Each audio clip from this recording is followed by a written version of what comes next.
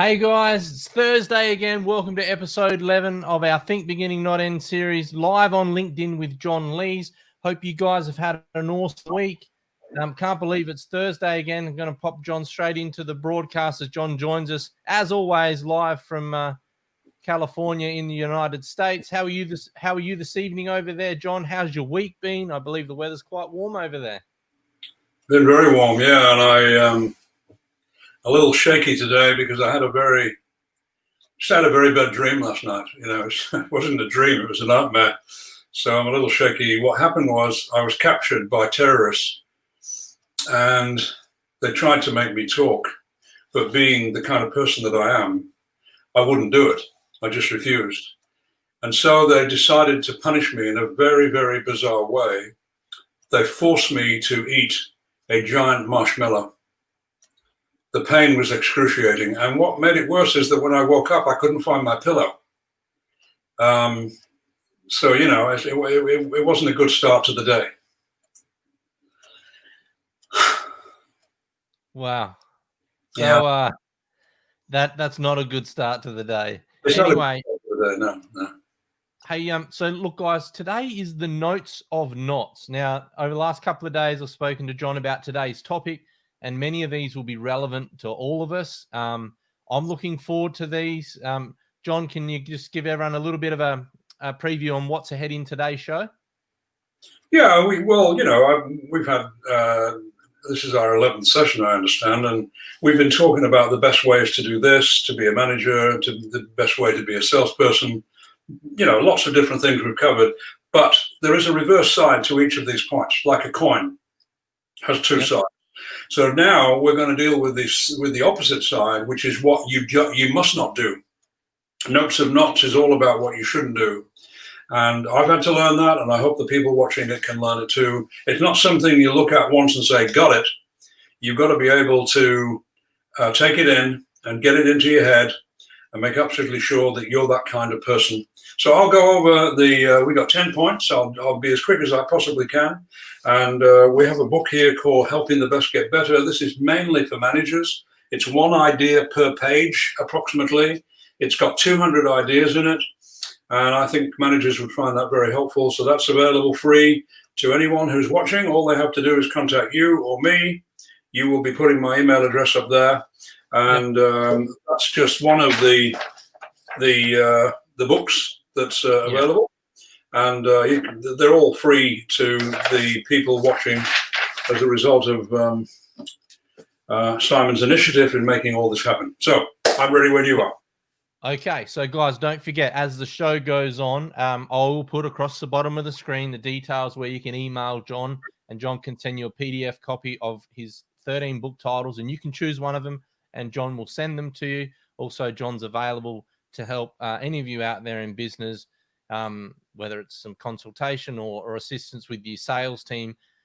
Although we are experiencing some different economical times, there's one thing that is consistent, is to make sure you've got your message and your sales recipe correct, and you're offering high levels of customer service. And that's what John does. So I really do urge anyone who needs some help to reach out to John. I've been really lucky to spend some time with him over the last 11 weeks, 12 weeks, as we've been putting these shows together, and it's been invaluable for me. It certainly made me look at myself first, John. So, you know, when you talk about, you know, there's two sides of every coin, I think there's something also about looking in the mirror and ask yourself, you know, if you're performing at the highest standard that you can. And it's something that, you know, it's a question I wanted to ask you for the audience, actually. You know, John, you seem very disciplined, and obviously to write 13 books and deliver the courses that you do, you know, discipline and structure must be part of your day and the way you work. Would I be correct in assuming that, you know, that's a key part of being a high achiever and achieving great results? Well, the thing is, let's start at a very simple base. If you are a parent, if you've got parents, they want to do the right thing by their kids. I don't think too many of them went to a school on what to do and so forth. They are dedicated to their children, dedicated to doing the right thing, helping them to do the right thing, and so forth and so on. Business is pretty much the same, or has been for me. I don't want to go around making mistakes. I don't want to go around making a fool of myself. I want to be able to make absolutely sure that I do the right thing for them and for myself. and my family and so forth. So, yeah, so those are the sort of things we're going to talk about today, because a lot of people do make mistakes. They don't mean to. One, for instance, that I'll start with, which is not on the list, is don't allow yourself to let yourself down in front of people. You know, people say to you, you know, you're talking to them, and then you say to them, okay, I'll give you a call tomorrow. Is tomorrow okay? Yeah, tomorrow's fine. Yeah. What's the best time to call you? Probably mid-morning. Yeah, that's fine. Say 10:30. Yeah, no problem at all. Okay, call you 10:30. Thank you. Bye. No call. No call comes through. Absolutely nothing. You wait a day. You ring them back. Hi, Matthew. I was just checking to see if you're ready to have a talk. You may remember we were going to talk yesterday. Oh yeah. Look, mate, I've been absolutely flat out. I really have, you know, up to here. And yeah, that's just the way it is. That's terrible. That is absolutely terrible. Talk about selling yourself short. So there's one note of not. Just be careful about that. No, and if you make any arrangements to do anything, put it on paper right away. Put it in your phone right away, and make absolutely sure that it's there for you to follow. And if you can't do it for some reason, let people know. Be reliable. So let's get started and look at the marketing and sales and management related issues. All right, John, before we get started, I just want to acknowledge some of our viewers very quickly on LinkedIn. Sure. So thank you, Shaka, for joining us from Perth. Thank you, Pam Meek from Northern California. Really nice to have you on. Colin Kerr, great to have you on from Sydney. And Sasha Chang from Melbourne. So awesome to have you guys on. I'll jump on the other feeds. Don't forget, we're broadcasting live to my YouTube channel and Facebook page. So I'll get on those feeds while John gets started. If you guys see me pop back in and I'm looking this way, it's because I'm commenting for you guys. So let's get into it. I'm going to disappear off screen. I'll change the background slightly. And yeah, look forward to the notes of knots, guys. Thank you. Over to you, John. Thank you. Okay. One question that some of you may have, justifiably, is Lees a strategist? Are you able to make a decision on the spot, so to speak? Because sometimes we do. So I'll give you two examples that I think show clearly that I am a strategist and I am able to make decisions. So the first one was many, many years ago when my wife and I were about to have our first child. We were heading towards Manly Hospital in Sydney. And, you know, we were quite worried, as you can imagine. And we were about 10 minutes away from the hospital when my wife's water broke. So you can imagine, you know, she was quite upset. And she basically said, oh, no, we're never going to make it now. And this is where my strategist comes in. And I said to her, of course we'll make it, providing you drive faster. You see what I mean? So that's the kind of strategist I am, the ability to make a decision on the spot. I'm not being boastful, I'm just saying that was one thing. Number two, about 2 years ago, our grandson came over to visit us from, where's he from? Phoenix. And he was 9 years old at the time, and I took him down to the local Galleria, took him to some of the shops, took him to use some of the games that they have, all sorts of things. He loved it. He absolutely loved it. We had lunch together.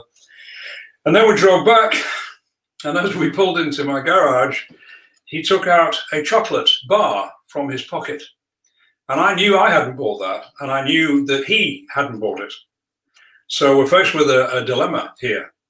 He's obviously stolen it. So what are we going to do? And again, this is where, you know, the strategist kicks in. I said, look, we're going to go back to the shopping center, to the Galleria. And this time we're going to the jewelers. So, you know, I hope that gives you some idea of my capacity for coming up with ideas and so forth. So let's get going. If Simon's there, please put on the first notes of knots. And I hope that you'll take a note of these things. By the way, if you wish not to make a note of these things, you can contact me and I can send you the page, which has got all the notes of knots on it, along with some thoughts as well.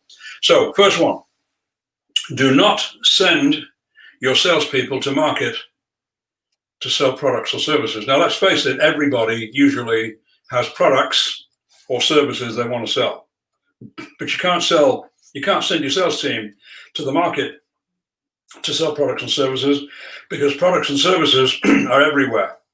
And you can bet your life that all of the people that you'd like to do business with have got all the products and services they require. Thank you very much.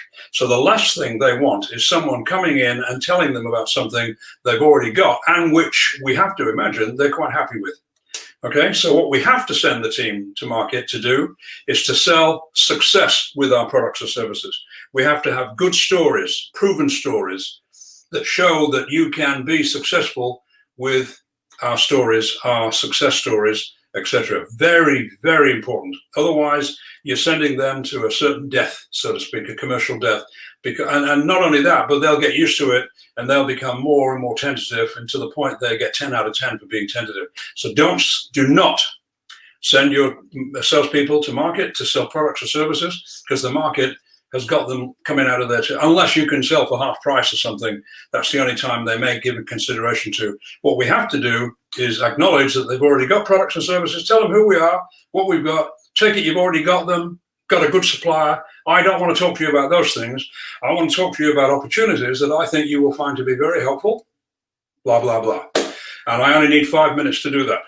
And if in those 5 minutes, the ideas and opportunities sound of interest, then I will elaborate and go into more detail. I still won't take up much of your time, but I only need 5 minutes to start. We said, well, nobody does that. We need to help our salespeople go to market in a responsible, professional manner. Okay, next. Let's make sure I can see this. Yep, got it. Okay, now, do not, what? What?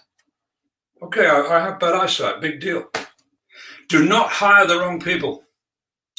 This is a classic one, and I can't tell you how many companies hire the wrong people.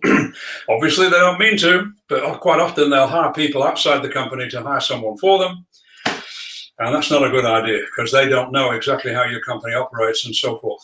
You can't do the right thing with the wrong people, as far as the market is concerned, and also as far as the rest of the team is concerned, because if you hire the wrong people, they will have a toxic effect on the other team members. Now, I have 2 documents, utterly simple documents, that will help you to hire the right people by recognizing and removing the people that are wrong. It's a very simple idea. It works extremely well.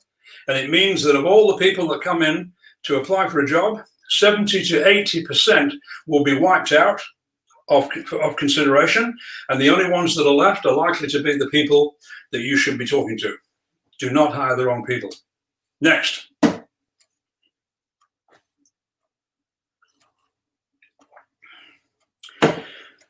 Do not leave salespeople to their own devices.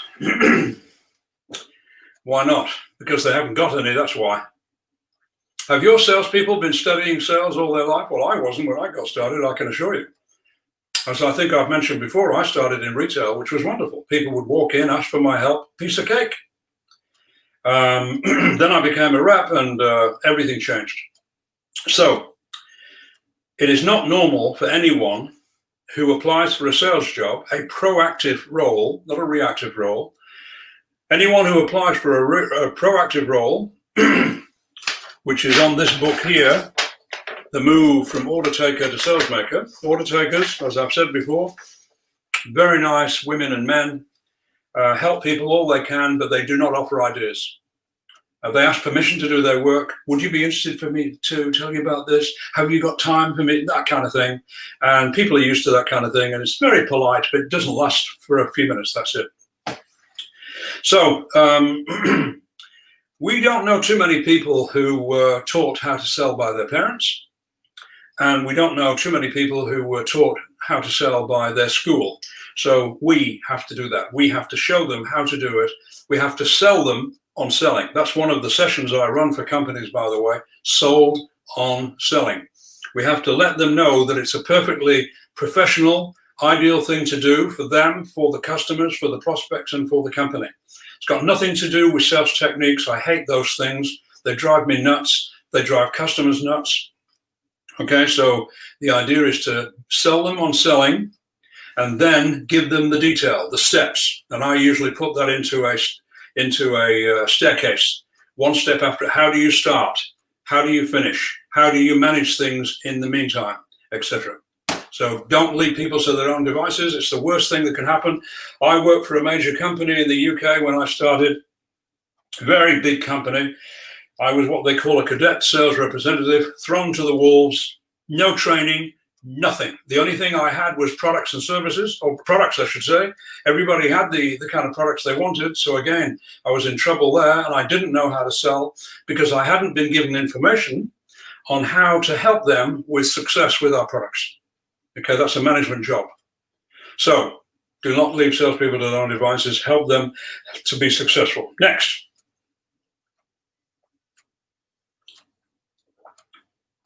Do not allow your messengers, your salespeople, to become the message. So imagine, if you will, you've got three elements. You've got the message. The message is the story that you want your sales team to take to market. The story is not simply about products and about your company. It's about how to be successful with our products or our services. Let me assure you that 95% of companies do not sell success with their products. They just sell their products. And then they wonder why they're always fighting on price and one thing and another. So get the message absolutely right. So number one, the message. You sell success. You don't sell access to products. Number two, you've got the messenger, the person who will deliver the message to the market. And as I said a few minutes ago, we have to show them exactly how to do that. Test them on it. Make them feel good about it. Get them to the point where they actually feel sorry for people who don't have what it is that we're selling. So you've got the message, you've got the messenger now, so you can be absolutely sure that they are delivering the message. And third, you've got the market, the three M's, if you like.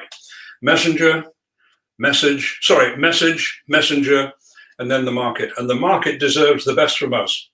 And I think if your customers and your prospects were listening to this, they'd say, go ahead and do that, that's fine. Providing the message is interesting and profitable to us, then go for it. We're happy to do that. So again, I'll help you any way you want with this. The first thing you've got to do is get that message right, and hardly anybody does. The message in usual cases is, this is the details of our company. There's your brochure. There's your card. There's our list of products. Off you go. Absolutely terrible. Absolutely not the salesperson's fault, management's fault. Okay, next. Do not permit your sales team to ask prime prospects if they would like to meet and talk. Now, most companies have got customers. As we've said, it's like musical chairs. You've got your share of customers, so has everybody else. And then there are people that you would like to do business with. People who are potentially strong, potentially good buyers, good partners. So how are you going to do business with them? Because as I've already said, they are quite satisfied with what they've got. If they weren't, they would have contacted you or someone else in order to get alternative arrangements. So what we have to do is arm the salesperson with a message regarding their entry into the prospect's business. And the best way to do that, as far as I'm concerned, this is the way I would do it, is to call them and say, and this is the way I used to do it, and had to teach myself how to do it, is, hi, my name is, I represent, we do this, we do that. I'm sure you've already got suppliers who do this and that for you. I'm sure they do a good job, otherwise you wouldn't do business with them. There isn't anything I have to say that will interfere with your current arrangements, nothing whatsoever. All I need is 5 minutes, only 5 minutes, in order to discuss with you opportunities for increased business for your company that we know about and know it can be achieved and how it can be achieved. If in that 5 minutes you find that story to be of interest, and it's a true story, then I can elaborate. With your permission, I will elaborate and go into detail. And then, if it's okay with you, we can do a test to make sure that it is successful for your customers. And then if everything works well, then hopefully we can work into a partnership together and so on. Now, to a prospect, that's fine, because that's the opposite to what they normally get. Normally what they get is, hi, I'm from such and such a company, and I'd very much like to come and have a talk with you about who we are and what we do. And oh, please, yeah, it's boring, absolutely boring. So don't permit your sales team try and ask prime prospects if they would like to meet and talk. They don't. If they wanted to meet and talk, they would have called you. Okay? So we got to figure out how to do it. It's like threading a needle. I used to watch my mother do it, and I thought it was a piece of cake until she asked me to do it, and it was extremely difficult. Okay? So to thread a needle in business is to get through the smallest possible aperture through to a very large area of opportunity. And we have to teach our salespeople how to do that. It's not a piece of cake. Next. Do not invite salespeople to report on their sales progress compared to their targets. And you say, well, wait a minute, what have they got targets for? They've got targets because they've got to achieve their targets. Now, they know what you mean. If they've got a mortgage, they've got to pay it. You know, they can't go to the bank or whoever gave them the mortgage and say, look, I'm awfully sorry, but I can't pay this month and possibly next month too. Oh, don't worry about it. Everything will be. They don't do that. You are on a promise. So what I'm talking about here is your sales staff need to be helped to be self-managers. Okay, it doesn't mean to say you're out of the picture. It means that you are not working every day on what they should be working on, which is to ring you up and say, hi, Dave. You asked me to give you a call each day, each Thursday at this time. Okay, here's where I'm at. I'm about 10% behind my target at the moment. My ideas for making sure I get my target are as follows, and I also have some questions for you, and then you can discuss it together. What we don't want is for them to report that I'm 10 or 20% behind, and I'm so sorry, but it's just that things are so difficult out there at the moment. We don't want that kind of thing. Okay, they've got to pay their mortgage, they've got to get their target, and we have to be there to help them get it. Now, I have a single document called the self-management tool, and all again you have to do is just get in touch with me. I'll send it to you, and then you can change it as you see fit. But that then invites your staff to become self-managers. And when they become self-managers, maybe at one point they'll be promoted into management. And when they do, they'll know basically what management is all about. Next. Do not allow salespeople to go unsupervised. Now, what happens in most companies, what happened when I was a rep, is that a manager would tell us what needed to be done, what needed to be achieved, ask if we understood. I don't know if he expected what he expected us to say, but basically, yeah, okay, got it, yeah. But we didn't have it because we didn't know how to do it. We didn't know how to carry out the plan. Okay, and even if we did, he or she, the manager, they didn't know what we were doing. You've got to know, okay? They've got to know exactly where the sales team's up to. So what I did is I went out with them. I was the youngest of the team. I was 25. I was the sales manager in Sydney for a company called Reckitt & Coleman, now called Reckitt Benckiser, very big company. And I was the sales manager of the pharmaceutical division in Reckitt & Coleman. And the team that I had reporting to me, I had been part of prior to my promotion. And I was delighted with the promotion. My wife and I, were pretty young. We just bought our first house, got kids on the way. It was very important to both of us that I succeed in the business side of things. So the first thing I decided to do was go out with each of them and see how they operate and help them in any way that I could. And it was a disaster, an absolute disaster for the customers, for the salespeople, and for our company, and possibly for me too. I knew it was my fault, not in the sense that I had caused it because I had only just been made the manager, but it is our fault. Management staff dance to the tune of management. There's no question about that. In the same way that if you're in theatre, everyone who's got a part in a theatrical production has been trained exactly how to do it. They haven't just been said, okay, well, you've got to do this and you've got to do that. You got it? Yeah, I got it. Okay. They haven't got it. They've got nothing. So they have to be trained, and then they have to be supervised. So when I went out and saw the way the salespeople just, and they were all much older than I was, by the way, in their 30s and 40s and 50s and what have you. Very, very nice people, ladies and gentlemen, and so forth. I didn't tell them off. I just realized that I've got to help them. Because if I don't, I'm in real trouble, apart from them being in trouble and so forth. So I decided to create some standards for them. I gave it a name. I sold it to them first. I said, this is, I think, how I think it would work. They made notes about it. They agreed entirely. There was nothing complicated about it at all. It was called Bits and Pieces.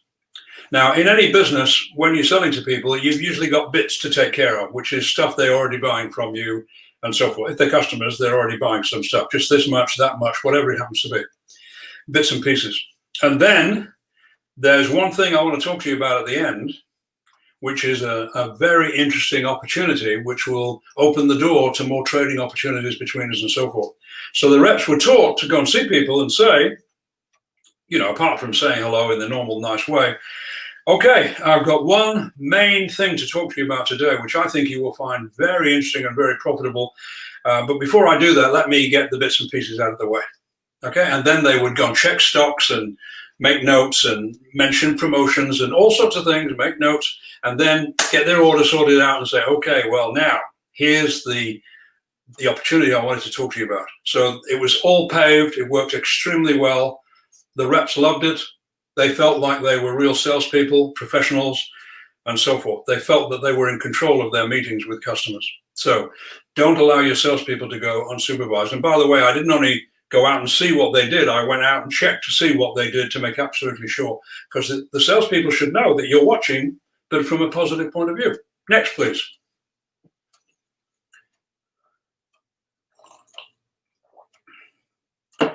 Do not allow your salespeople to be underpaid. So I mentioned a few minutes ago that selling is a proactive job. It's not reactive, it's proactive. You've got to make things happen with the help and the direction of management and the messages of management and so forth. So what we have to do, because of the not only reaching target, but also reaching potential, is to give them their basic pay, and the basic pay equals the achievement of target. Now, if you're only just starting with us today, we will give you a little bit of time to get everything organized and so forth. And then there will come a time after a week or two or a month where you are then held accountable and responsible for achieving your target. And I'll give you all the help I can, as we discussed before. But then I will then offer you a monthly target that is 20% above your regular monthly target. And I will give you a quarterly target, which is maybe 40 to 50% higher than your regular target for a quarter. And then you will receive incentives for that. The incentives usually are to do with money, because that's what people need. It's not greed, it's need. They've got a family, they've got a mortgage, etc. And you may wish to offer them, which is what I did, along with incentives, opportunities for time away, just a weekend or whatever for the family, things that they can't afford and wouldn't normally think about. Okay, now you want to get the best out of your salespeople, incentivize them.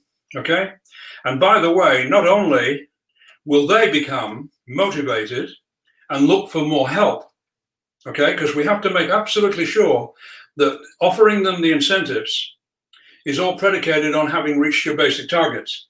Okay, if you don't reach them, you've got no chance of getting the others. And what we want you to do is to be successful. Success begets success. So if you're not successful, the customers won't be successful. So we don't want you putting any unwarranted pressure on your customers. We want you to be professional. So we'll work together on how to do it, etc. Well, I had to learn to stand out of the way of our sales team. And you also find, by the way, when you do this, that you'll find maybe one or two people will come to you and say, oh, I'm not interested in the incentives. It's just because they don't want any spotlight on them. So you will then get an idea that you've got someone, again, who's toxic with the other sales members. I'm not saying they all scramble and go out of their way to make sales. I'm saying that we have to think about it, rehearse it, do it, report on it, ask for help until we get it right. And then you'd be amazed at what your salespeople can achieve for their customers and for the company and, of course, for themselves. Next, please. And by the way, on the subject of incentives, I can help you to work out how to do it. You should be able to test it to make sure that the actual incentives are paid by higher sales. Okay, so you're not interfering with basic pay or any of that stuff. Notes of knots, number 9, do not deny your sales team a regular opportunity to meet informally and briefly with customers and prospects. Now, in the theatrical world, when they create a play, a drama, a comedy, an opera, anything, they invite members of the public at no cost to come in and view it and to give a report on it. And in amongst all those people are critics as well. And they do that for a very definite purpose, and that is to get feedback from the market that they're attempting to please. So I think it's absolutely vital that you allow your sales team occasionally at meetings, briefly, informally, to meet with customers and to say to them, look, we've got an idea that we want to go to market with. You are very discerning customers. There's probably only 4 of them there, by the way. You might have 3 customers and 1 prospect, whatever. And I want to go over it with you. Then I want to get your thoughts on how you feel about the idea. Well, you know, they will love it, especially if you give them a little nice present, something. Doesn't have to be a big deal. The salespeople will be there, and they'll get to hear what the customers say. If the customers say things like, well, I can assure you no one's doing that in the marketplace, that's fantastic. You know, that really gives them, you know, the idea that, you know, this is a good thing to do, because they get worried about this sort of thing. They get worried about people and selling to people in case they feel as if they go over the top or, you know, whatever. So get people to do that. Now, comedians do it all the time. Now, I started off, I did comedy when I was 24, 25-year-old in Sydney, which I stopped because I didn't enjoy it. So I wove comedy into my work, into my meetings with customers, into my seminars and all that kind of thing. Not suggesting you do it. I'm just suggesting that that's exactly what I did. Now, if I'm going to tell a joke to someone, then I've got to practice. Okay, I cannot simply get a joke and say, that's good, and then leave it at that. Have you ever had a friend or a relative tell you a joke and they made a complete mess of it? Yeah. Well, that's forgivable, is it not? Okay, but it's not forgivable if you're in sales and you have a message and you mess it up. Okay, so what we have to do is help them to understand that the market approves and endorses what it is that we're doing. So we're going to practice with them. And by the way, when you go to market with a new idea, ask them to go see 1 customer only, maybe 2 maximum, and then to report back to you on the response that they had and how they managed things and so forth, so that you can help them. The worst thing you can do is send them to market, and then a month later you start talking to them, and then we find out the failure rate was very high. The failure rate not only affects the customers in the sense that they were probably not very happy about being sold to in the way that they were, but it also means that the salespeople feel as if they can't do their job properly. So give them a test, 1 customer, 2 customers, get them to call you back, talk with the team on the phone, conference call, and get them to put in their 2 pennyworth so that they learn this is the only way to do it. There's no other way to do it. Number 10, the last point. Do not allow your salespeople to go to market without a sense of being the bearers of good news. Now, all that this means is that they actually feel sorry for people who don't have this idea that we're taking to market.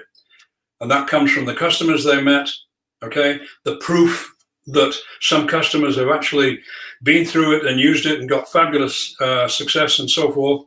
This is very, very important for them. They must buy what it is that they sell. Absolutely critical, to the point whereby they can't wait to go and see people. But, of course, when they do go to see people, they've got to use that message that you gave and be the messengers in the correct way. So Notes of Knots is just a list of things. There's probably lots more of them. I'm writing a book at the moment where I'm including these things. And it's important for us not only to know what we're supposed to do, but what we're not supposed to do. Imagine sending salespeople out to market and they haven't bought what they're trying to sell. Okay, it's very, very important. Imagine that a salesperson who's told by a manager, look, David, we made a terrible mistake with a customer XYZ. We charged them too much for a couple of items over a period of 6 months, so we owe them $8,000. Okay, so we apologize. We're going to make it $9,000. Okay, and I want you to call them and apologize and let them know that we owe them $8,000, but we're going to give them $9,000. Okay. Can you imagine the salesperson ringing someone up and saying, "Hi there, how are you? Good to talk to you. Listen, I've got something I want to talk to you that I think you may find interesting. Have you got time at the moment?" No, none of them, because the customer has no idea what you're talking about. So we have to get to the point right away. Start at the end with your story. Listen, you know, we overcharged you, but to the point of $8,000. However, we are not only going to pay you back the $8,000, we're going to pay you back $9,000 as an apology. I am so sorry about it, but hopefully this will make up for it and it won't happen again, blah, blah, blah. Okay, so very important that we allow the salespeople to understand how to carry out their messages and so forth. That's it from me. And, oh, there is one other thing. Do not forget to tune in next week, because we've got some very interesting ideas about how to go to market with a good story and how to sell it in an acceptable, professional manner. Thank you, Simon. Thank you, John. They were impressive 10 notes of knots. Now, as John said, and John, I'll just throw this in, that PowerPoint presentation I made of the 10 notes of knots, I'll put that into PDF form if you like, so that you can, I'll send that over to you on email after the show, but you'll be able to send it to everyone and you can almost print them off and have them, you know, on your wall if you like, so you can have a look at them and make sure that you're thinking about those 10 notes in particular. A couple of things I got out of that today, John, other than your great glasses there. I should have had them on yesterday with the amount of data I was looking at for plastic and recycling here in Australia. But what's the problem with these glasses, Simon? I mean, what are you saying, that I've got a defect or something? I think you look highly intelligent with them on. Not that you weren't intelligent without them, but pardon? You know, you do look more intelligent with them on. That's for sure. Oh, okay, good. Sorry. Come on. John, one of the things people talk about, particularly on social media marketing in particular, is entertain and educate. And, you know, when you're trying to get that message across, one of the things I pulled out of what you spoke about today when you started off in your 20s doing comedy, and, you know, you do work that into your presentations. You not only become an educator and teaching people new methods, but you're also entertaining. And I think that's a really important point, that you've got to be entertaining along the way, right? Well, in fact, it's called entertainment. Yeah, that's what we call it. Yeah, just because it makes it enjoyable for people, you know. Yep. And the other key point I pulled out of today too, John, was, you know, testing the market and then, you know, looking at failure and being willing to fail fast. That's really important. Like, there's nothing wrong if you don't get it right, but learn about it fast so you can make those adjustments like you touched on today. Yeah. Yeah. Okay.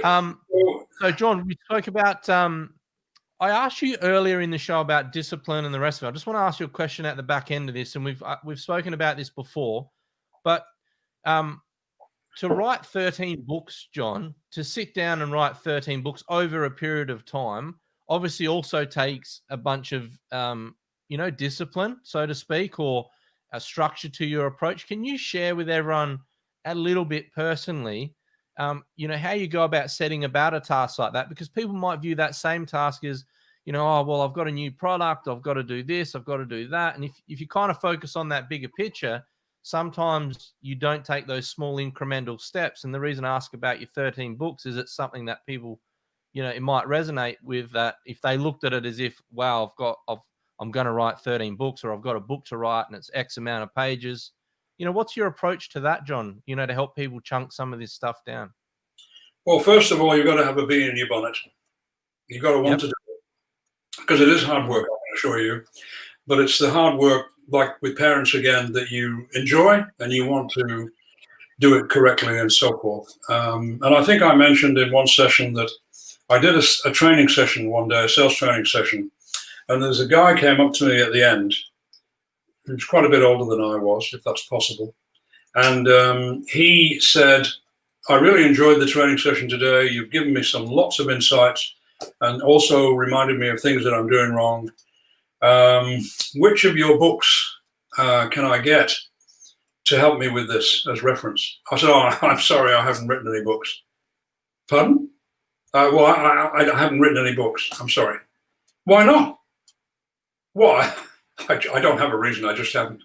He said, well, that's just not fair. That's just not fair. Here am I. I'm at a training session. I want to learn. Doesn't matter about my age. I want to do better. And I need that kind of help. Well, that really had an effect on me.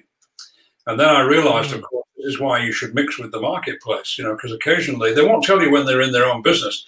They'll tell you if they come to a meeting, as this guy did, which I wasn't expecting. But he told me, and I really felt what he felt, and I decided I would do something about it. And then I got the bee in the bonnet, and there were various points that I could see that I wanted people to know about. And to be honest, mainly it was for myself. I wanted to add to my portfolio of information and ideas. You can't just sit down and hope that they come into your head. The moment I get an idea, I've got to make a note of it immediately. Otherwise, I'm in real. And at the start, and you mentioned that writing a book is hard. What's the hardest part about it? The hard part can you about frame it up in a few? Yeah, making sure that it's interesting from the reader's point of view. For instance, when I wrote the first book, The Move from Order Taker to Salesmaker, I was asked to do a presentation to publishers. And there was about 13 people in the room. It was in the evening, and then we were going to have dinner together. So I had about an hour and a half with them, did my presentation. Then we had dinner, and over dinner, I said to this lady that was there, I want to write a book. Oh, yes, well, what's the title? The title is The Move from Order Taker to Salesmaker. Okay, what's it about? Selling. It's about selling. Selling minus sales technique. So I told her what it was all about. And she said, yeah, okay. 320 pages. Oh, okay. And I actually, like an idiot, I made a note of that. And then I started writing the book. And when I finished the book, there was about 120 pages. And I'm thinking, well, what am I supposed to do? I'm supposed to add another 100 to 200 pages or something here? They were the people that were wrong about it. Even though they published books, they knew nothing about writing. We do not need for it to be an extended message in the same way that we don't need to do that when we go to see people. So most of my books are really quite succinct, to the point, and I hope that people find them to be interesting. I've been very interesting for me, I can assure you, because they are like a library for me of references that I can go to remind myself of things that I was learning 20 years ago that people might find to be helpful.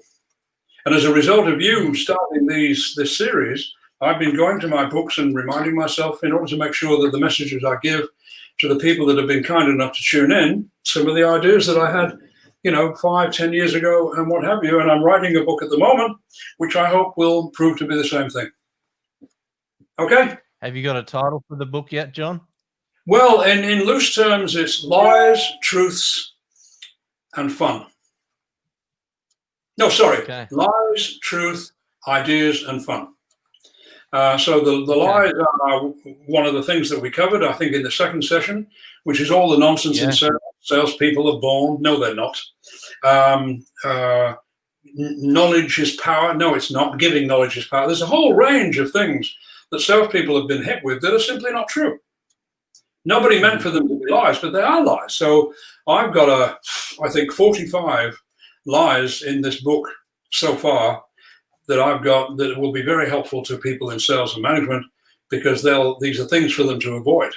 Okay, and the truth, of course, comes with it. And then ideas are simply to do with ideas for managers, salespeople, in order to be better at what they do. And then fun is some of the most stupid things you can imagine that have happened in business that I witnessed. So they're half funny and half stupid.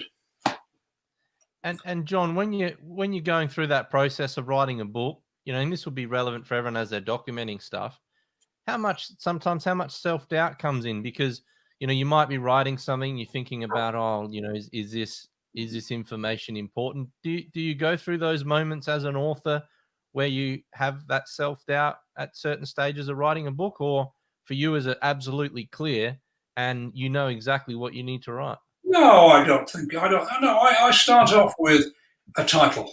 Okay, that's the guide. That's the guiding light. So I have to stay true to the title.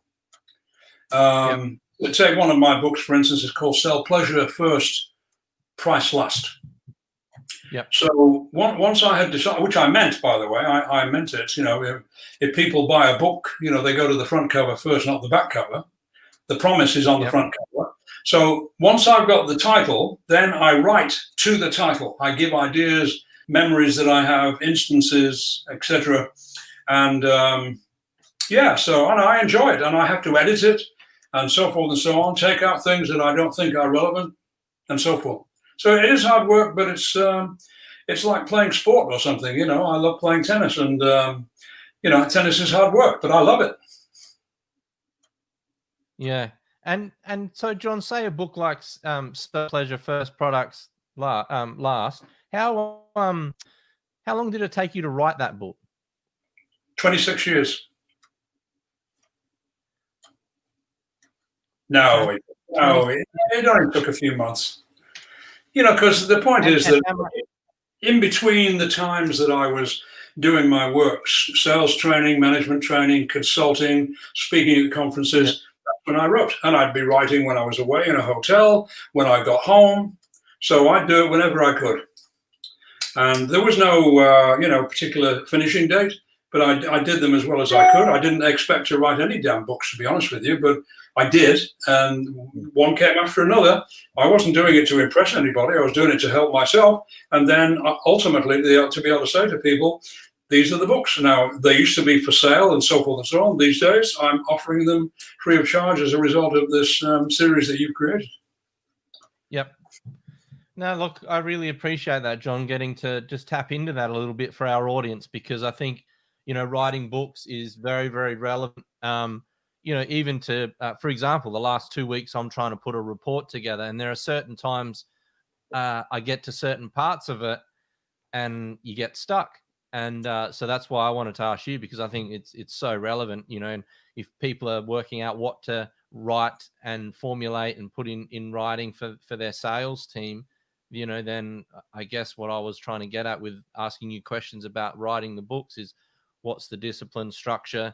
You know, do you also get stuck in doing that? So really appreciate you sharing those personal. It's motivational. It's a motivational thing. You either want to do it or you don't. And sometimes you'll start right. I can't be bothered. It's up to the person. You know, see, you've either got the bee in your bonnet or you haven't. It's about as simple as that. So there you go. I'd like to finish if I can, because I also do impersonations. Okay, let's go. So are you ready?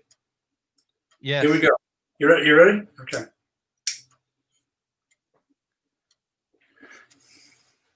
Who's that? Vincent Van Gogh. I have no idea. Vincent Van Gogh. Okay, there you go. Vincent Van Gogh. Remember, he cut off his ear? Oh, go to hell. Yeah, I get it now. It took me a while. I really, you're a Dutch version. Anyway, everyone, nice to talk to you again. Thank you, Simon, for making this happen. And next week we have a great session for you coming up. And don't forget to make any of the books or the printout of Notes of Knots today. Yeah, absolutely, guys. So across the bottom of the screen is John's email address, info@johnlees.com.au. You can request a PDF version of the 13 book titles that John has. Like he said, he's offering them to free for all you guys out there who tune into our show every week, episode 11, up to episode 12 next week. I really look forward to this every Thursday. And again, John and I both thank all of you for tuning in, no matter where you are.